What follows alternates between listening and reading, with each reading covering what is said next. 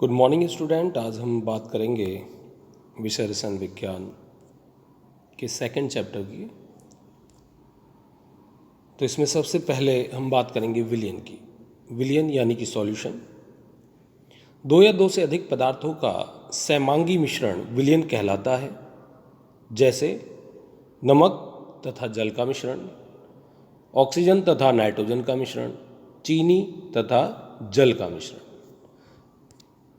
किसी भी विलयन के दो घटक होते हैं, विलेय तथा विलायक। अब हम इन पर विस्तार से चर्चा करेंगे।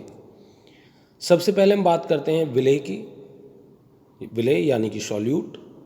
विलयन में जो अवयव कम मात्रा में होता है उसे विलेय कहते हैं, जबकि विलयन में जो अवयव सामान्यतः अधिक मात्रा में होता है उसे विलायक कहते हैं। यहाँ हमने एक उदाहरण लिया है शरबत का। ये शरबत जिसके दो अवयव होते हैं, एक चीनी और एक पानी। यहाँ चीनी कम मात्रा में होती है, अतः चीनी सॉल्यूट या विलेय है, तथा पानी शरबत में अधिक मात्रा में होता है, अतः वह विलायक है। अभी एक शब्द आया था जब हमने विलयन की परिभाषा को पढ़ा था कि दो या दो से अधिक पदार्थों का सैमांगी मिश्रण विलयन कहलाता है। अब बात यह कि सैमांगी है क्या। तो यहाँ दो चीज़ें हैं। एक तो दो तरह के विलयन होते हैं, सैमांगी तथा असैमांगी मिश्रण।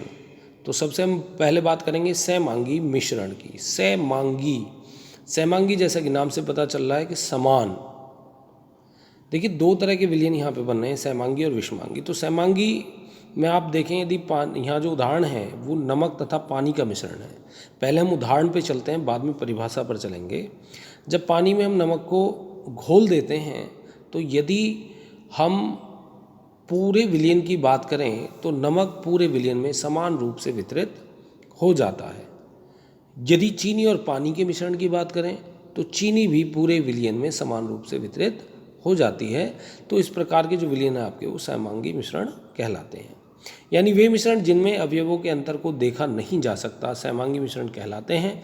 सैमांगी मिश्रण के प्रत्येक भाग की रचना तथा गुण समान होते हैं, जैसे नमक तथा पानी का मिश्रण, चीनी तथा पानी का मिश्रण आदि। नेक्स्ट है हमारे पास विषमांगी मिश्रण या असैमांगी मिश्रण। मिश्रण जिनके अवयवों को नंगी आंखों से देखा जा सकता है, अर्थात इन मिश्रणों में प्रत्येक भाग के गुण तथा संरचना समान नहीं होते हैं, जैसे तेल तथा जल का मिश्रण। यानी पानी में यदि तेल की बूंदें डाल दी जाए तो वो प्रत्येक भाग में समान रूप से वितरित नहीं होगा। तेल ऊपर तैरता रहता है। तो इस प्रकार का जो मिश्रण है वो असैमांगी मिश्रण या विषमांगी मिश्रण है। रेत तथा चीनी का मिश्रण आपने देखा होगा, जो नल हैं जिन पानी में नल से रेत आता है, वहाँ पानी को आप डायरेक्ट ला के नहीं पीते, वहाँ पानी को थोड़ी देर रखना पड़ता है। रखने से जो रेत आदि जो भारी अशुद्धियाँ होती हैं वो नीचे बैठ जाती हैं और ऊपर हमें शुद्ध जल प्राप्त हो जाता है। तो इस तरह के मिश्रण भी विषमांगी या असैमांगी मिश्रण कहलाते हैं। आशा करता हूँ आपको ये सैमांगी और विषमांगी मिश्रण पूर्ण रूप से समझ में आ गया होगा। तो जो विलयन है वो सैमांगी मिश्रण का ही होता है। अब हम यहाँ पढ़ेंगे विलयनों के प्रकार, टाइप्स ऑफ सॉल्यूशन।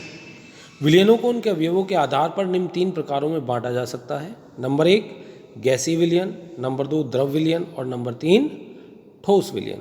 तो अब हम यहाँ सबसे पहले गैसीय विलयन की बात करेंगे। गैसीय विलयन नाम से हमें पता लग रहा है, यानी यहाँ पर जो विलायक होगा वो गैसीय अवस्था होगी, और जो विलेय है वो ठोस या द्रव या गैस, इन तीनों अवस्थाओं में से कुछ भी हो सकता है। अतः वे विलयन जिनमें विलायक गैसीय अवस्था में होता है को गैसीय विलयन कहा जाता है। ये निम्न तीन प्रकार के होते हैं। जो गैसीय विलयन है कितने प्रकार के हैं? ये 3 प्रकार के हैं। तो नंबर 1, सबसे पहले गैस विलयन, यानी गैस का गैस में विलयन, जिसके उदाहरण है हमारे पास O2 तथा N2 गैस का मिश्रण, O2 तथा CO2 गैस का मिश्रण। नंबर 2 है हमारे पास द्रव गैस विलयन। द्रव गैस विलयन में विलेय द्रव है और विलायक आपका गैस है, जैसे क्लोरोफॉर्म तथा नाइट्रोजन गैस का मिश्रण। अब जो क्लोरोफॉर्म है वो द्रव है और जो नाइट्रोजन है वो गैस है। तो द्रव गैस का विलयन। तीसरा जो हमारा प्रकार है वो है ठोस गैस विलयन। ठोस गैस विलयन जो हमारा कपूर तथा नाइट्रोजन गैस का विलयन, कपूर का नाइट्रोजन गैस में विलयन। ये जो कपूर है ये ठोस है और जो नाइट्रोजन है वो गैस है। अब हम बात कर रहे हैं दूसरे विलयन की, विलयन के दूसरे प्रकार की, द्रव विलयन। तो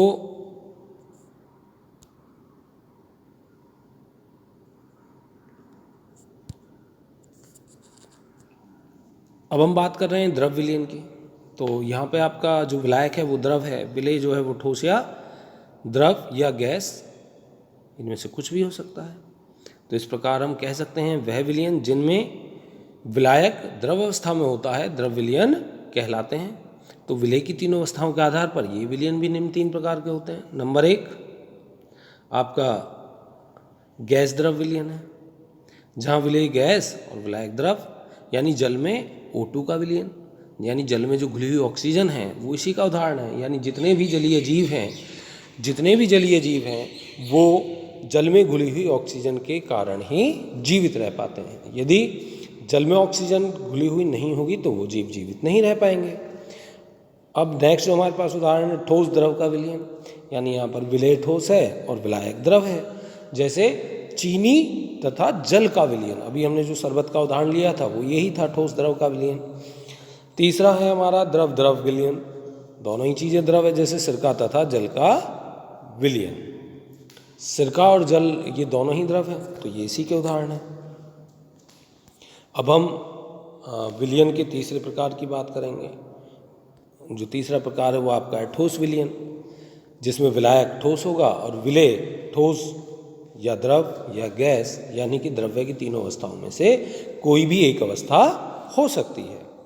इसके बाद हम इस विलयन के प्रकार की बात करते हैं, जहाँ सबसे पहला प्रकार है हमारा ठोस ठोस विलयन, यानी दोनों ही ठोस हो गए, जैसे Cu तथा Au का विलयन, यानी तांबा और गोल्ड का विलयन, Zn तथा Fe का विलयन। अब दूसरा जो हमारा प्रकार है वो है गैस ठोस विलयन, यानी गैस और ठोस विलयन। इसमें H2 और Pd, यानी H2 गैस है और Pd क्या है यहाँ पर धातु है, इन दोनों का विलयन। तीसरा हमारा द्रव ठोस विलयन। अब द्रव ठोस में जैसे पारा और सोडियम, पारा है तो धातु लेकिन ये एक द्रव धातु है, और सोडियम जो पारा यदि सोडियम में डिजॉल्व हो जाए तो वो विलयन। तो इस प्रकार से विलयन के तीनों प्रकार यहाँ समाप्त हो जाते हैं। इसके बाद हम फिर से नेक्स्ट वीडियो के साथ फिर से मिलेंगे विलयन की सांद्रता के साथ। धन्यवाद।